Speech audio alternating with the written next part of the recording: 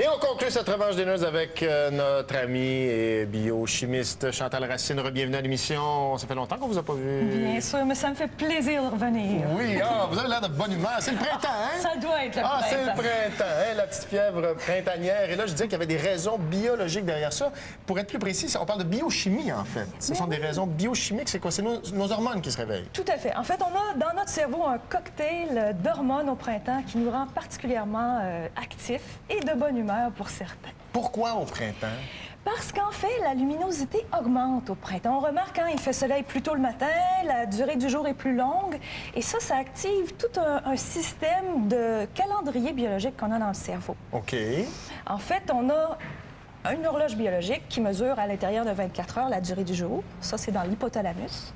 Et cette horloge-là, dans l'hypothalamus, va gouverner un calendrier biologique, si on peut dire, la glande pinéale, qui, elle, va sécréter de la mélatonine selon la durée de la luminosité. Moins de mélatonine quand il fait clair, plus de mélatonine quand la durée de la nuit est longue, donc en hiver, par exemple. Ce qui nous endort nous rend un peu plus amorphes, disons. Oui, c'est ça. On est plus léthargique l'hiver.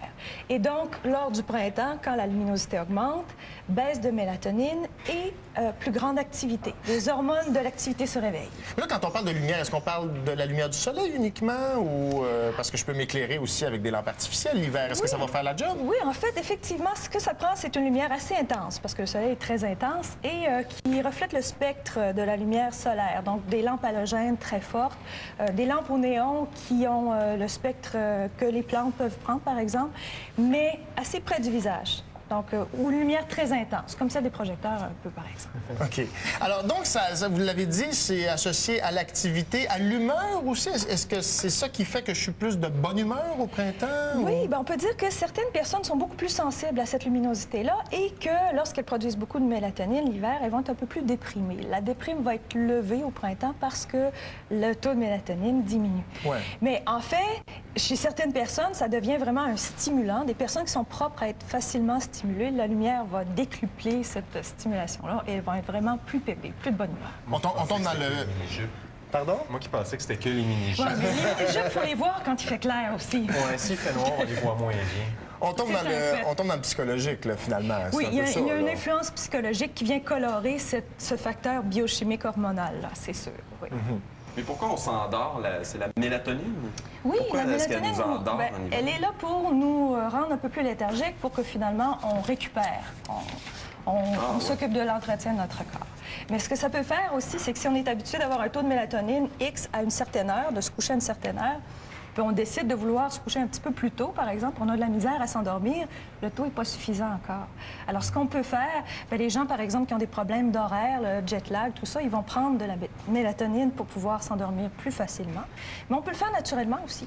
Comment? On peut s'aider à se réveiller plus tôt le matin, par exemple, lorsque, le plus tôt possible en se levant, on s'expose, on ouvre la porte, on prend une grande bouffée d'air et on s'expose le visage au soleil, quelques minutes. Violemment, là, comme ça, là. Très intense. Une journée grise. De soleil en pleine face. Ça réveille quelqu'un. OK, et ça va faire quoi? Ça va Ça va stimuler le système, ce qui fait que même le lendemain, à pareille heure, l'horloge va comprendre que c'est l'heure de se lever, donc de s'éclairer et va s'activer. Il y a une habitude qui va se prendre. Il y a une habitude qui va se prendre. Puis on peut l'augmenter aussi le soir si on diminue les lumières 1 à 2 heures avant de se coucher. On évite les lumières trop intenses, on tamise le tout pour pouvoir préparer le corps à sécréter sa mélatonine et s'endormir. Ou si tu te fermes les yeux 1 à 2 heures avant de te coucher. C'est très mauvais quand c'est au volant, par exemple. Moi, long. déconseillé en conduisant. Est-ce qu'il y a autre chose que la lumière qui peut modifier, par exemple, mon calendrier, en fait, je dirais mon horloge biologique? Est-ce qu'il y a des déclics qui peuvent faire que ma journée ne se fait pas pareil? Il faut dire que l'horloge réagit principalement à la lumière, mais il y a des sons qui peuvent régir l'horloge aussi. Le toucher, l'activité physique. Les sons, par exemple, si on habite près d'une église et que l'église sonne tous les matins à 11 heures, si on dort très profondément et on entend inconsciemment la cloche, l'horloge va s'ajuster. Ah, il doit être 11 heures. Puis ça, peut-être même, c'est un mariage qui est à 1 heure l'après-midi, mais l'horloge va comprendre qu'il pourrait être à peu près cette heure-là. Quand mon voisin rentre, je sais qu'il est 3h30. Ah, ben, Spécialement quand tu hurles, 3h30 du matin. c'est un bon exemple. Donc, Toujours. les sons, le toucher, les odeurs, j'imagine aussi. Oui, les odeurs aussi. Mais c'est sûr que l'humain est peut-être un peu moins sensible aux odeurs que bien des animaux. On a l'odorat moins développé. Mais quand on dit aussi l'activité physique, c'est la même chose. Quand on fait beaucoup d'exercices, on a des hormones qui sont sécrétées en réponse à l'exercice qui nous donnent un bien-être, une sensation qui va être intégrée par l'horloge biologique.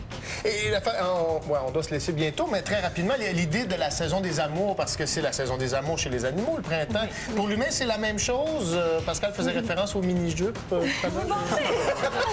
fait, ici, chez les humains, on est fécond tout au long de l'année. Oui, Mais c'est ça la il faut dire que différence. le printemps, la série de stimulations qu'on reçoit peut-être en rend plusieurs plus sensibles. Encore là, c'est peut-être psychologique. Peut-être. Combinaison de lumière, Ben, on parlait d'activité. L'amour est quand même une activité physique, non? Ben, En partie. oui. Oui, c'est vrai. Donc, avec de la lumière et... Qu'est-ce que tu veux qu'on réponde à ça exactement? Rien. D'habitude, on bouge. D'habitude, quand on s'aime, on bouge. Merci beaucoup, Chantal. Excusez-nous. Puis c'est juste mardi en plus. Imaginez ce que ça va être jeudi.